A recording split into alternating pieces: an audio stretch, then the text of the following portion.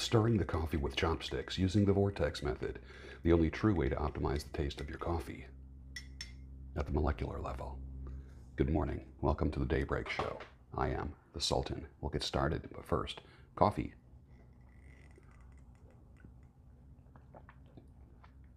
Nice. Guatemalan. Boy, that's going to go down fast. I have found that one of the top factors in the dating world, in my experience in dating, has been the ghosting factor. But not ghosting like someone disappears. Ghosting as in the ghosting of past relationships, the ghosts of past relationships. Are you meeting and getting to know a whole person? The real person? In the pipe smoking world, there's a concept called ghosting. It's when you put tobacco that has a strong, non-aromatic room note into a pipe. Strong meaning earthy, leathery, peat, grassy, hay smelling. And then later on you try a aromatic tobacco, cherry, caramel, peaches, that kind of thing. I have one called caramel apple pie. It's actually pretty good. They are what I call sidewalk blends. They're the kind of pipe tobacco that people stop you and say, I like that.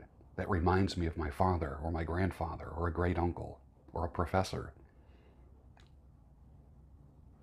Sidewalk blends. But if you put that nice sidewalk blend into a pipe where you smoked a gnarly, strong English blend, the English blend ghosts the pipe. And you never get to enjoy the new tobacco that you put in it. This is why many men will have designated pipes. This is for English tobacco, this is for cherry, this is for Virginia, this is for burley, and different pipes for different purposes. That way you can enjoy your pipe without the ghosting of something that was already there, the influence. You're in a relationship with a person, and there's ghosting. There is the aroma of the person, a person in their past that is still with them today. They're still acting as if they're being influenced by the other person. They're not over it yet. They haven't had enough time in between breakups. They just rushed into things, and with, of course, online dating culture, one relationship ends and another begins the next day. Or as many women like to say, a new chapter. Gentlemen, you're just a chapter. You're either an old chapter or you're a woman's new chapter. That is, if you allow the online dating world to define who you are.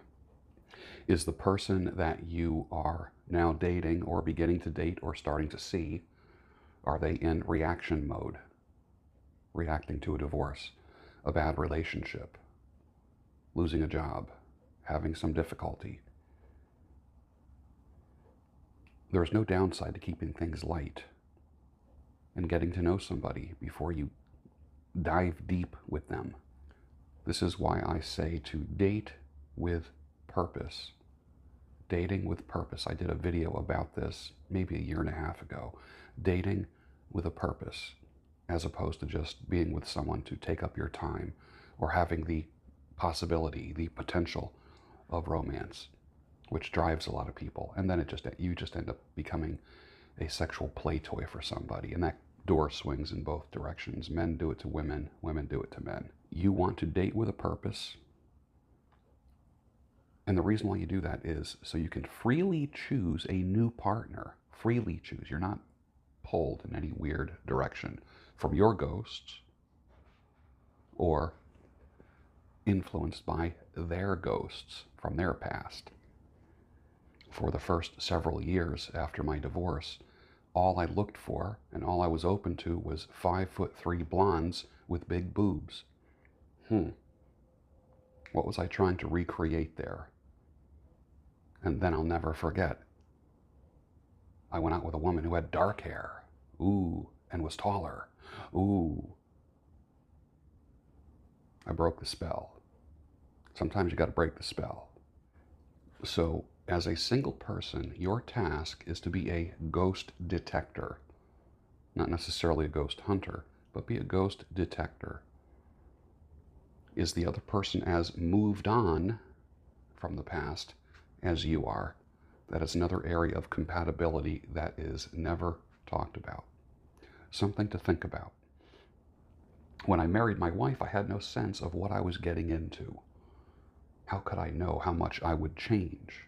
My wife has lived with at least 5 different men since we wed, and each of the 5 has been me, Lewis Smedes. And that door swings in both directions. For many of you people, mainly men, because men hear this more than women, when you went through a divorce, your wife might have said to you, "You're not the man that I married." Well, no shit, honey. You're not the woman I married. Hopefully you got better. Hopefully I got better. So that's nonsense. Men marry a woman hoping she won't change. Women marry a man hoping he will change. And eventually it does come to a head.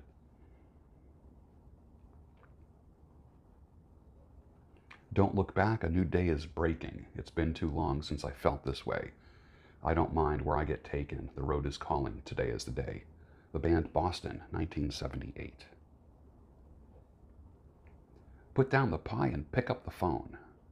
I heard that in a Nutrisystem commercial. Now there's something you should put on a 3x5 card and stick it on your refrigerator. Put down the pie, pick up the phone. Actually, I would say put down the pie and pick up a dumbbell. That actually makes more sense.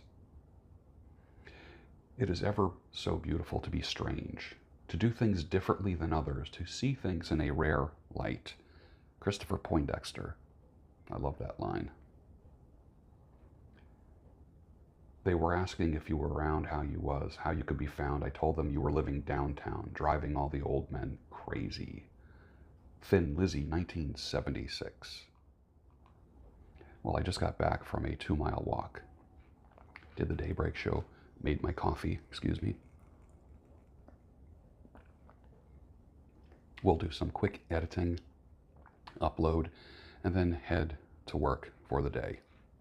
I do appreciate all the tips yesterday for walking in the rain, because I was that far from making a decision, saying never again am I going to do this, because I came back and I was wet and cold.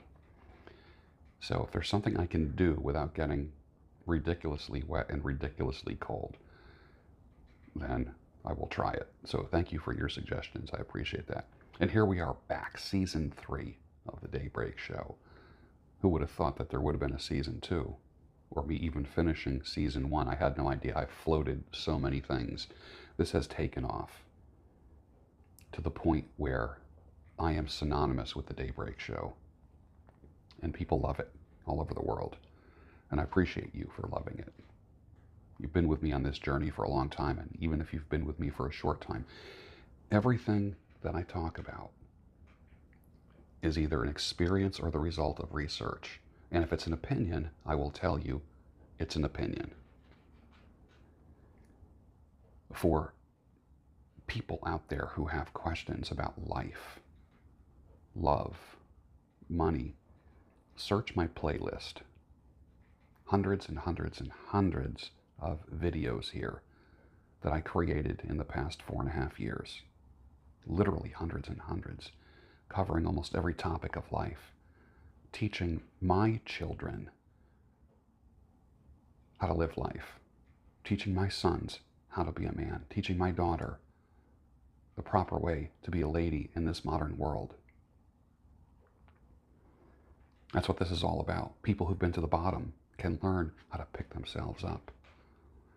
A lot of people write me and they write me long letters. I wish I could respond to everybody. The coaching starts this month. The actual literal coaching program gets doubled. I usually talk to about 12 people a week. I'm doubling it to about 24. So I hate to use the word caseload because that sounds very clinical, but the number of people I'll be working with is going to go up to 24. will it be you?